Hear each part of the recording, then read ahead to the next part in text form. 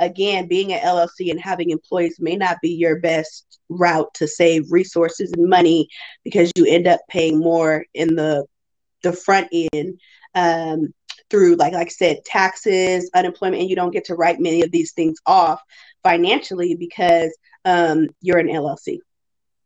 Okay. Sounds good. So is there another business structure? I absolutely got another one for you. All right. So then there's your corporation levels, and I'll break it down like this. Oh, hold up. Did you say levels with the S? Yes. Oh my gosh, this is about to get good, y'all. This is about to get good. Okay, go ahead. And so you have your corporation levels. So essentially, just to break it down and make it more simplified for you, is if you have 500 or more employees, you're considered a C Corp or just a corporation. And if you have fewer than 500 employees, you're considered a S Corp, which basically stands for small corporation. That's it. So if you've ever wondered what is a C Corp versus an S Corp, just the amount of employees you have, essentially. Small versus large. Okay.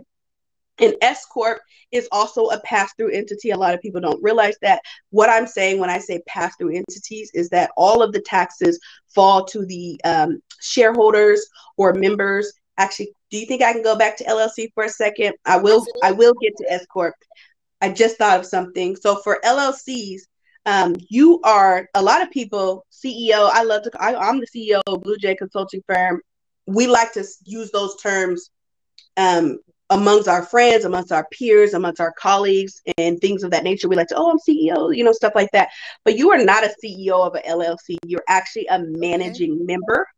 And I think that's really important for people to know, that you are a managing member. You manage the LLC. You do not, you're not the CEO of an LLC. And as a managing member, when we sign documents and legal documents on behalf of our organization, we must do so as the managing member. And it must be stated in your operating agreement that you can sign on behalf of your organization, which really separates your person from your organization. And I think a lot of people, they just sign normally as themselves. Again, back down to that legality. How does the judge know you're not signing as a person versus as the managing member of your organization? Under all of your signatures, you should put managing member. That's it, period. Charmaigne, you just taught me something new because I was not aware of that. Especially the chief executive officer, CEO aspect of it, because I have a LLC myself, and in my mind, I'm the CEO. Yeah, you are. The chief executive officer. And while absolutely I have the operating agreement, which I'm sure it was a template, so I'm absolutely sure it says all those things. I don't know that when I'm signing things, actually, let me run it back. I know that when I'm signing things, I am not putting under it managing member. So that's definitely something that I'm going to have to go back and review as it relates to my business structure and how I'm doing business. So thank you. It's very vital. It's important. And it just ensures legal protections. Another thing you're supposed to do, and this is for all, so I'm going to get back to the S Corp, but another thing you should do is you have to have, as a managing member, quarterly board meetings with yourself. If you're a single member LLC, hold up. Get out of here. For real? You actually have to do them when you are a sole proprietor or a single member LLC. You still have to have the meeting, even though it's with yourself. Yes. Girl, that's all I can say. I know I'm supposed to be all professional right now, but it's like, girl, what? You have to treat yourself like you are separating the beings, right? That's why you have an EIN versus a social. You have to treat the two separately. So you are wearing your personal hat, and then you're wearing your managing member hat. And you have to you have to write about yourself in third party. So you would say, when I was an LLC, I'm an S Corp now, but when I was an LLC, I would say that, Blue Jay Consulting Firm LLC gives the sole managing member permission to sign for this loan, to spend X amount of dollars, or to have access to the bank account, to be a signer on all checks. If you don't have that and you just start spending all willy-nilly, then these are down to legalities. You have no record of the fact that you're allowed to spend money, when you're allowed to enter into loans or contracts on behalf of the organization. And again, usually we don't fall into those problems because we tend to make, in the beginning less than six figures. But as you start to expand and start to make more than six figures, you set yourself up for failure when it comes down to legalities and audits and things of that nature. It's important to have it on file. And the first thing the judge is going to ask you for is your board meeting minutes. Okay, and you're probably going to get to this, but when you say certain things, it triggers something in me. So you mentioned, we typically operate a certain kind of way because, we're under six figures, and etc. So is there a specific threshold that you should be making as a business for you to start going to the different levels? You talked about the stairs. You can start off as a sole proprietor, if that's where you need to start off, and then move to the LLC, and then move to a corporation. Is there a recommendation on the amount of income that your business should be bringing in before you hit those different levels? Yes, so I'm about to get into to S corp, and I'll kind of break that down. Okay. Between a sole prop and an LLC, if you're making, I would say less than 10, you probably don't have a whole lot that you need to protect legally, and I would say there's no problem staying as a sole prop because that's just extra money that you're making on the side. But however, you don't get any tax write-off. So the caveat is, do you want to write off, taxes or not, and I'll say that to the end. Okay, neither here nor there. Okay, I know I get excited. I get into okay, so we'll get into the weeds of, do you want to write off taxes or not, and the pros and cons of doing so. But I'll stay on topic. So to the S corp. So an S corp is a small corporation, and this allows you, the perk of a small corporation is that you and I, we get $100 and we have to pay the government first, their taxes, and then we receive the rest, right? The remaining balance. So let's say it's 20%, you end up paying $20, you get to keep $80, and then you're allowed to spend afterwards. That's an LLC, that's a sole prop. You're allowed to spend your resources afterwards. With a small corporation, or even a corporation, you're allowed to get $100. Let's say you spent 80 of it. You're only taxed on the $20. Say that again. If you were an S corp and you made $100, but you spent 80 of it, you're only taxed on the $20. Okay. So, wow. So can you kind of do like a comparison? I know you gave the example initially about if you're a sole proprietor or LLC, how you're taxed, but can you like give a picture of that? Because what I heard you say in my interpretation of it is, if you are a corporation, basically you're not taxed until all your expenses are paid. That's exactly what I'm saying. Yep. Okay. And so let me be expeditious in this, because I know we gotta be mindful of the time. And so then there's a difference with the LLC. So can you, or the sole? So can you bring a little bit more clarity to that for those of us who are thinking something completely different? Yeah.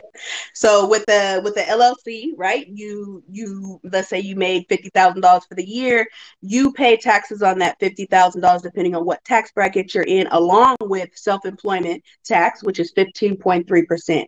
If I were to just run the numbers in my head, 10% is 5. So you're paying initially off top $7,000 in self-employment tax. Plus, as an individual, whatever tax bracket you fall in based on your income. And I'm not about to do that for you right now, but no. So then what it is, what I'm hearing you say is, as a sole proprietor or an LLC, the taxes come off the top of your money. It don't matter how much expenses you have or whatever. That's dealt with like after the fact. Like after the fact, they're pulling your money. As a corporation, you take care of your expenses. You do what you do, and then you pay your employees, whatever health benefits you got, that's all covered, and then you pay taxes on the remaining balance. All right. Okay. Sounds good. All right. That's Is where there anything that's else you want to that's share where with I'm us? moving us to. That's where I want Yes. to move us to, is to Okay. get on the S corp status. However, you asked me a question about finances. Yeah. I would not ask anyone to do S corp. You are not even ready remotely to do S corp unless you're pulling anywhere from $60,000 to $100,000 a year. Got it. Because as an S corp, you must, even yourself as the president, which you would be called the president of the organization, a corporate officer. You must also be an employee. So you have to put yourself on payroll. Got And it. if you can't Wow. consistently have money up front that's pulled out of your account and held for 2 weeks until you as the employee gets paid, then you don't have the revenue or the capital, the guaranteed income coming in that would. And a lot of us, when I was at LLC, my money went like this. There were some high months and some low months, you know. And if you don't have that consistent income that a bank can pull money out of, and that month's low, then I wouldn't recommend you become an S corp because you can't even cover payroll. Okay. So, one last question that I have that's related to this conversation that we're having right now is, so what if you are an LLC and it's just you, but you're bringing in over $100,000? Can you be a one man shop, one woman shop, and be a corporation? You would not be recognized as a corporation unless you completed a form called a 2553, which is just saying, I want to be an LLC that is taxed as an S corp. Okay. Okay. So you would remain an LLC, but there's a form that you would fill out to be Yes, recognized from a tax perspective as a corporation. correct. Yes. Yep. Okay. Hmm. Awesome. But you have to go through your state first, and then you can go through the IRS. And then my final con of saving on taxes is, I tell us, if we are looking to purchase a home and you write off expenses, then you have now lowered your income. Yes. So if you make, if you made six figures, made $100,000, but you wrote off, you automatically get the 20% with your QBI. So now that brings you down to 80, and you wrote off an additional 20, then you're saying your income for that year, your taxable income was $60,000. When you go to apply for a home, they're only going to go off of that taxable income, which lowers your home value or your ability to increase your loan. So the only time I would tell people to not write off expenses is if you're in the home buying process. Got it. Understood. Well, are there any final thoughts you would like to share with us before we close today?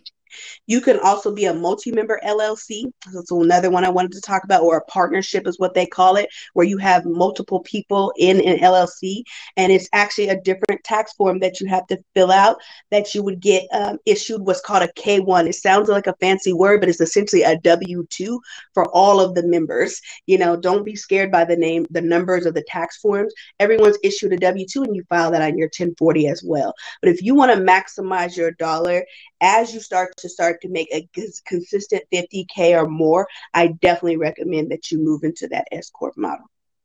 Okay. Sounds good. Well, Charmaigne, thank you so much for being a guest today. You have shared a wealth of information with us. Before we close out, did you want to share how folks can get in contact with you if they want to set up a business? Absolutely. My name is Charmaigne. I own Blue Jay Consulting Firm Incorporated, and you can find me on any social media at Consult Blue Jay.